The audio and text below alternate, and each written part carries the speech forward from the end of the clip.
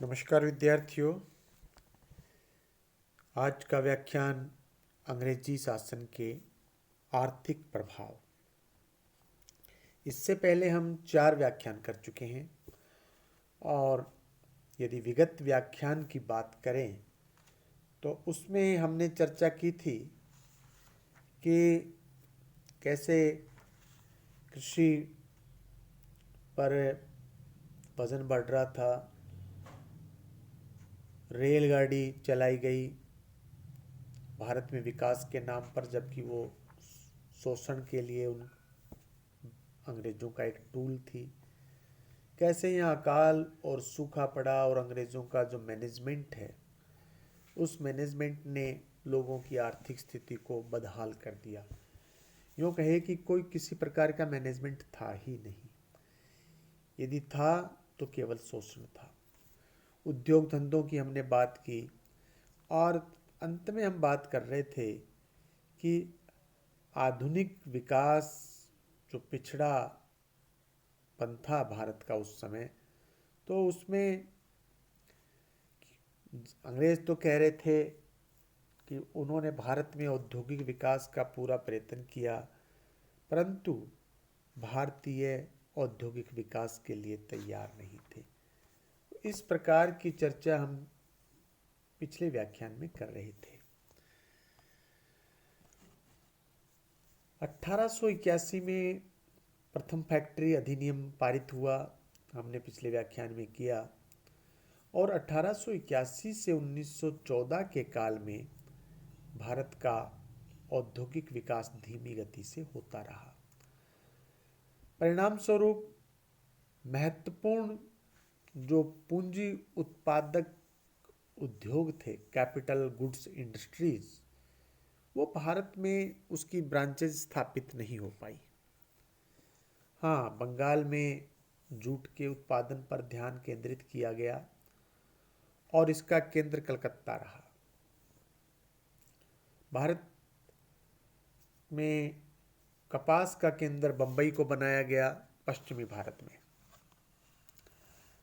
दक्षिण भारत में औद्योगिक विकास नगण्य रहा और यदि कुछ हुआ भी तो केवल मद्रास के आसपास हुआ।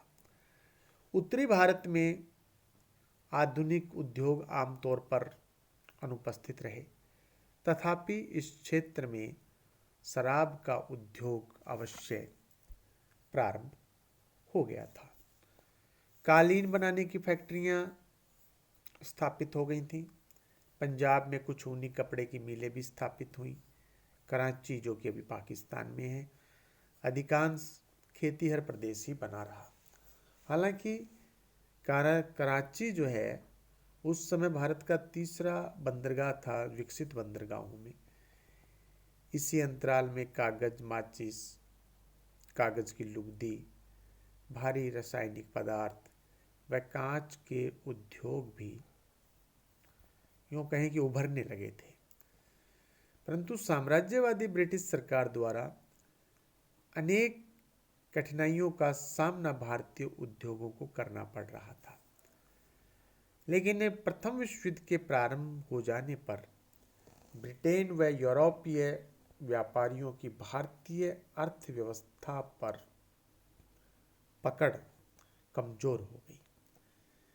ब्रिटेन के युद्ध में फंस जाने के कारण जो जहाज, जो समुद्री यातायात था, उसकी सुविधाओं में कमी आ गई और विरोधी देशों के साथ व्यापार बंद हो जाने के कारण उसका जो एक होता है बैलेंस ऑफ पेमेंट, भुगतान संतुलन बिगड़ गया। ब्रिटिश वस्तुओं का भारत में आयात कम होने लगा। परिणाम स्वरूप देश के कारखानों ने अधिक उत्पादन कर देश की आवश्यकताओं की पूर्ति करने का प्रयास किया।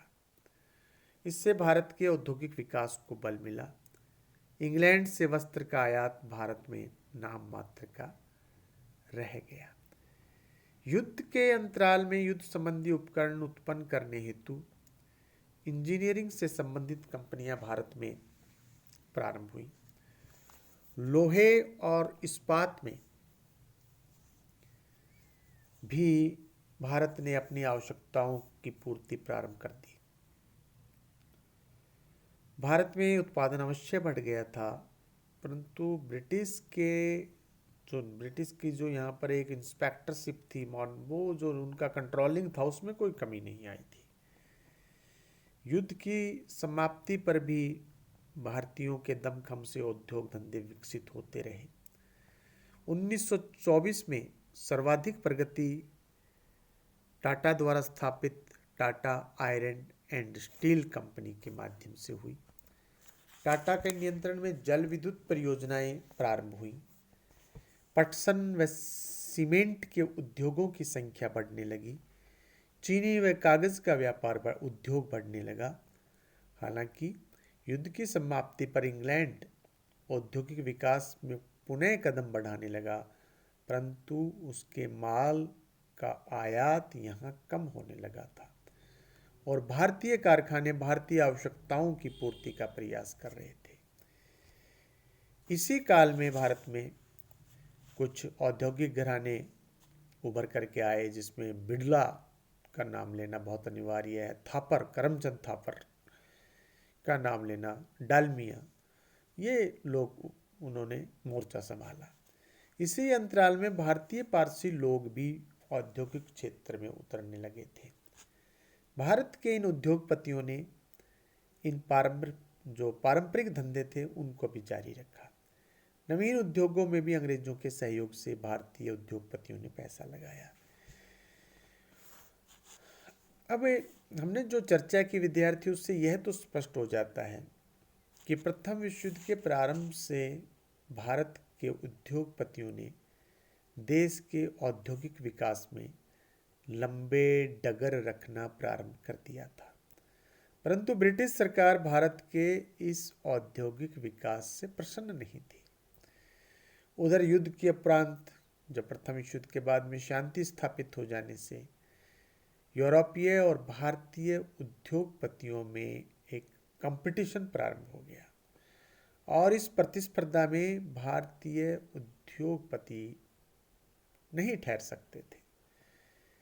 उनकी आर्थिक स्थिति चरमराने लगी। अब उन्हें सरकार के संरक्षण की आवश्यकता हुई। इंग्लैंड में भी 1920 से 1930 के मध्य में उदारवादी सुधार आंदोलन प्रारंभ हो गए थे, परंतु वहां के व्यापारी अपनी सरकार पर दबाव डाल रहे थे कि भारत के माल के आयात को नियंत्रित करे और देश के माल का निर्यात बढ़ावे। इधर भारत में भी भारतीय राष्ट्रीय कांग्रेस की जो स्थापना हो गई थी वो 1885 में, उसका प्रभाव बढ़ गया था। उसके प्रभाव में आ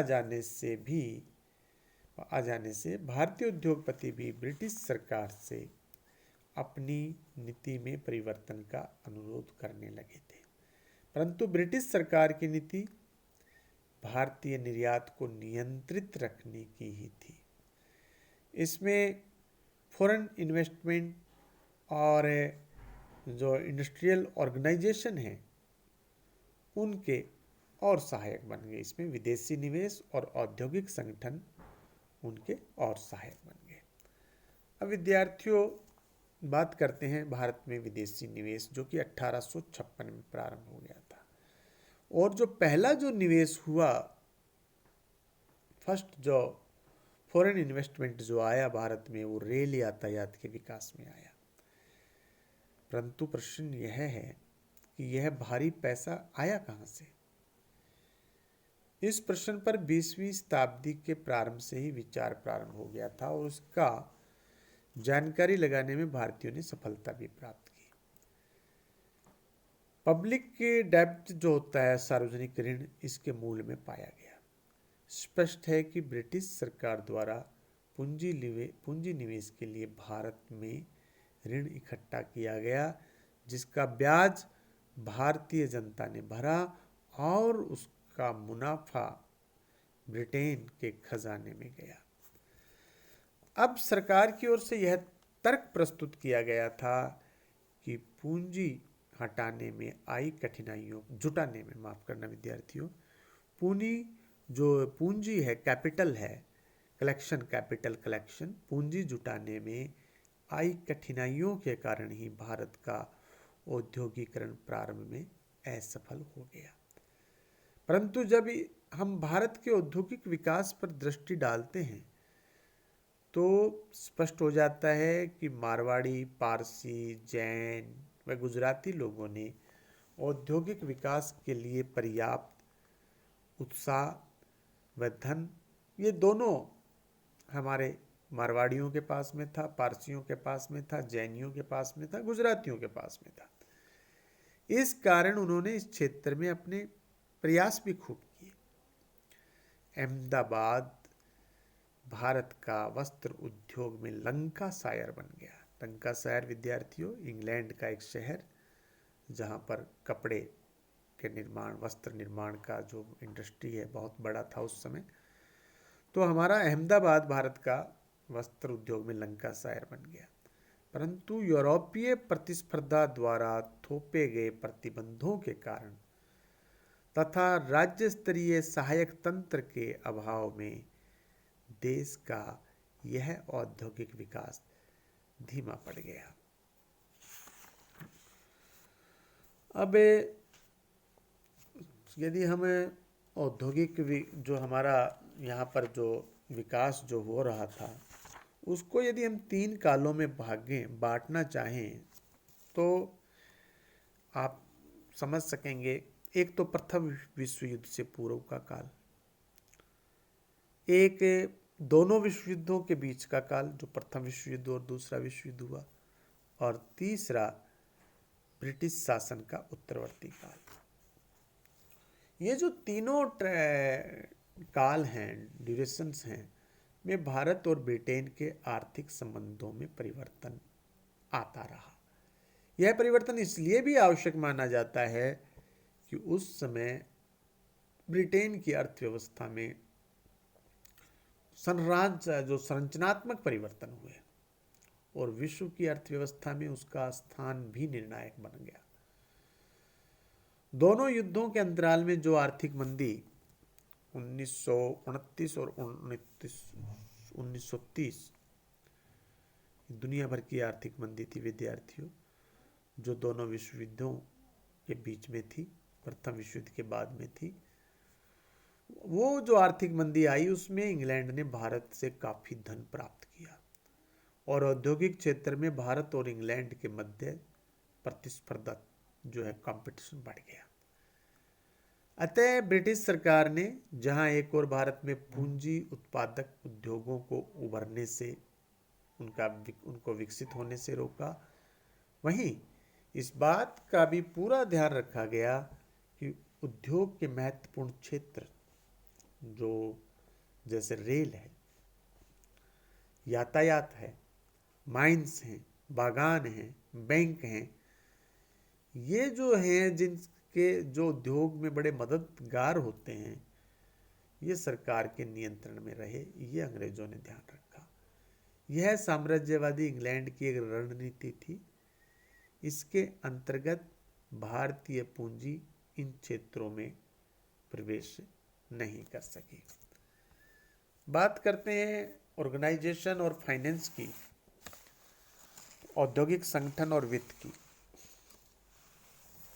इसके अंतर्गत स्थापित विभिन्न मैनेजिंग एजेंसी जो होती हैं, मैनेज करने वाली, वो आती हैं कि 19वीं सदी के उत्तरार्ध में इन एजेंसियों ने सभी कंपनियों को, चाहे वह भारतीय हो या ब्रिटिश, अपने मॉनिटरिंग में ले लिया, अपने कंट्रोलिंग में ले लिया। ये मैनेजिंग एजेंसियां साझेदारी या प्राइवेट कंपनियां थी जिनकी आर्थिक अवस्था बहुत अच्छी थी।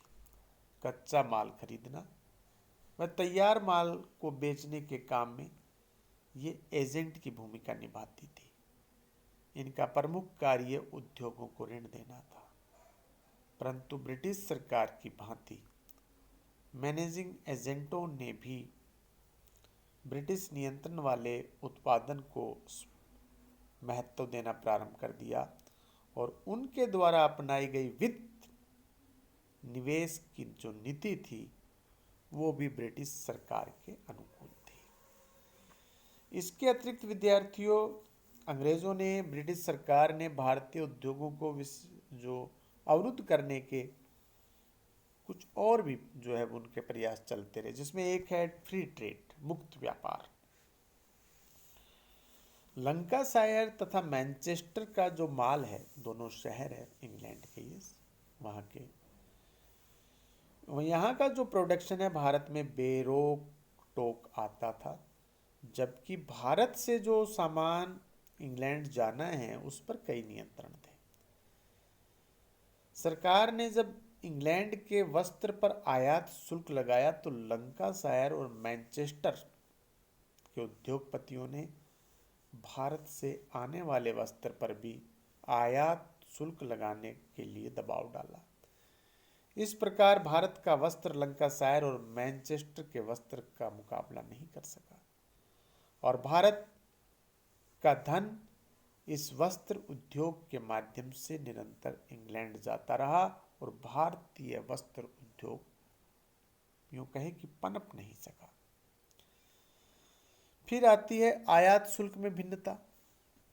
अभी चर्चा भी हुई है कि इंग्लैंड के अलावा यूरोप के अन्य देशों से आने वाले माल पर आयात शुल्क 50% था। तो जो इंग्लैंड से माल भारत आ रहा था बिकने के लिए, उस पर केवल आधा था, इसका 25% ही टैक्स था। अतः इंग्लैंड का माल भारत में सस्ता पड़ता था।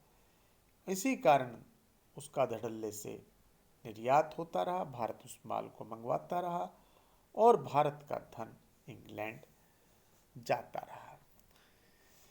एक विद्यार्थियों, ब्रिटिश भारत, जो ब्रिटिश सरकार है, इसकी जो टालमटोल की जो नीति कि जिन क्षेत्रों में ब्रिटिश सरकार की भेदभाव मूलक हस्तक्षेपवाद की नीति नहीं चल सकी, वहाँ टालमटोल की नीति पर आचरण करती रही ब्रिटिश सरकार। चीनी उद्योग है, कागज है, माचिस, भारी रासायनिक पदार्थ तथा कांच आदि सभी उद्योगों में उसकी यही पॉलिसी थी। इन उद्योगों के पिछड़ने का कारण पूंजी निवेश था, न कि भारतीयों की मुंह छुपाने की नीति। ब्रिटिश सरकार ने आर्थिक सहायता न देकर और संरक्षण न देकर और टालमटोल करते रहने की नीति से भारतीय औद्योगिक विकास को रोकने में कोई कसर नहीं रखी। सरकार का ये जो असहयोग पूर्ण रवैया था, ये नीति थी, इस पर भी भारतीय उद्योगपति आगे बढ़ने के लिए प्राणपण से प्रयास करते रहे, जी तोड़ मेहनत करते रहे और उनका यह प्रयास सराहनीय भी रहा। भारत से सोने को कैसे लेके जा रहे थे इंग्लैंड के लोग? आर्थिक मंदी हुई विश्वव्यापी 1929 और 30 में। वो जो इकोनॉमिक स्लंप था ने समस्त विश्व की आर्थिक जो स्थिति थी उसको झकझोर दिया था। अमेरिका भी उसके प्रभाव से अप्रभावित नहीं रहा था। इंग्लैंड तो संयुक्त राज्य अमेरिका का कर्जदार था। जो इंग्लैंड कभी अमेरिका की धरती पर शासन करता था, आज वहां के लोगों का कर्जदार था। अतः इंग्लैंड में भी भुगतान के लिए सोने का यानी कि गोल्ड का अभाव आ गया। भारत भी उस समय उस आर्थिक प्रभाव से बुरी तरह प्रभावित हुआ, क्योंकि इंग्लैंड भारत को गवर्न कर रहा था। अतः 1931 में भारत की जो मुद्रा है, रुपया, उसको गोल्ड के स्थान पर स्टर्लिंग से जोड़ दिया, जो कि इंग्लैंड की करेंसी है, मुद्रा है। परिणाम यह हुआ, भारत ने तो सोना खरीदना बंद कर दिया और जो स्वर्ण भारत के भंडार में था, गोल्ड, वह अप्रत्याशित मात्रा में बाहर जाने लगा। अब प्रश्न यह उठता है कि भारत ने यह गोल्ड क्यों बेचा? हमें तो अमेरिका का ऋण चुकाना नहीं था। इंग्लैंड की सफाई है कि ऐसा भारत ने अपने हित में ही किया।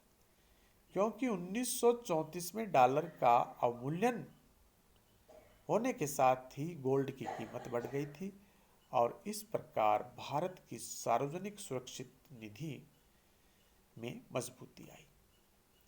परंतु गैर सरकारी लोग अपनी राय इसके विपरीत देते हैं। उनका कहना है कि भारत से गोल्ड का निर्यात आपात बिक्री माना गया क्योंकि इससे भारतीयों की दैनिक आवश्यकताओं की पूर्ति संभव हुई। इंग्लैंड ने कहा कि भाई ऐसी इमरजेंसी आ गई थी कि इंग्लैंड और उनको ये सोना बाहर भेजना पड़ा ताकि भारतीयों की जो रोज़मर्रा की जो चीज़ें हैं उनकी पूर्ति संभव हो सके, वरना वो उनकी पूर्ति नहीं होती। तो इंग्लैंड ने उधर अपने सुरक्षित जो उनका जो एक होता है निधि जिसको कहते हैं खजाना, उसमें अपनी खूब वृद्धि कर ली।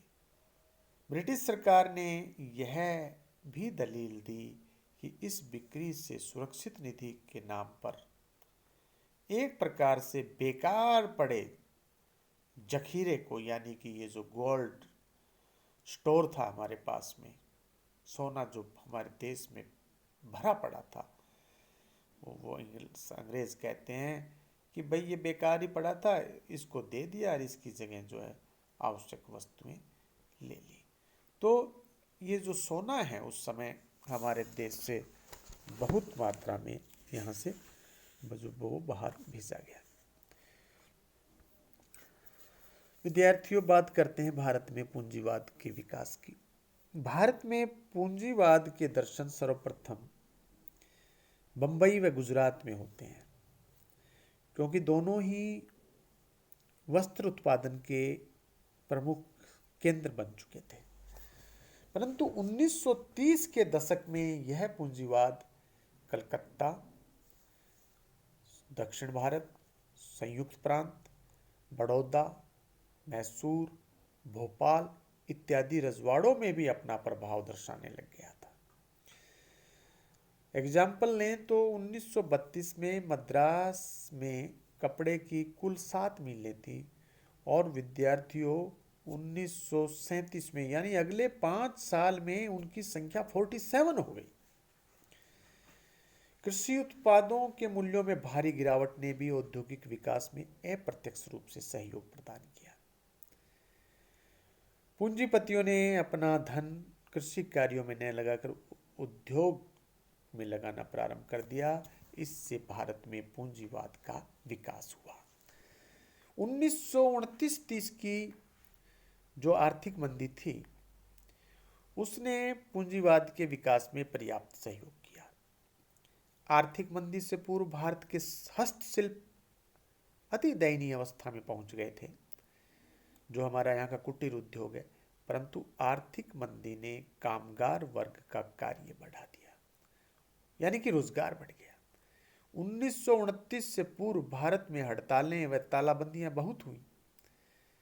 इससे मिलों में उत्पादन कम हुआ और उसकी पूर्ति भारत के कुटीर उद्योगों ने की, लघु उद्योगों ने की, कामगार वर्ग ने की। परंतु कारखानों के श्रमिकों ने जो हड़तालें की उनसे भारतीय राष्ट्रीय आंदोलन को शक्ति मिली। द्वितीय विश्व युद्ध ने भारतीय औद्योगिक विकास को स्वर्णिम अवसर प्रदान किया। दूसरे विश्व युद्ध में यूरोपीय देशों के कल कारखाने नष्ट हो गए। इससे भारत को अपना उद्योग बढ़ाने का अवसर मिला।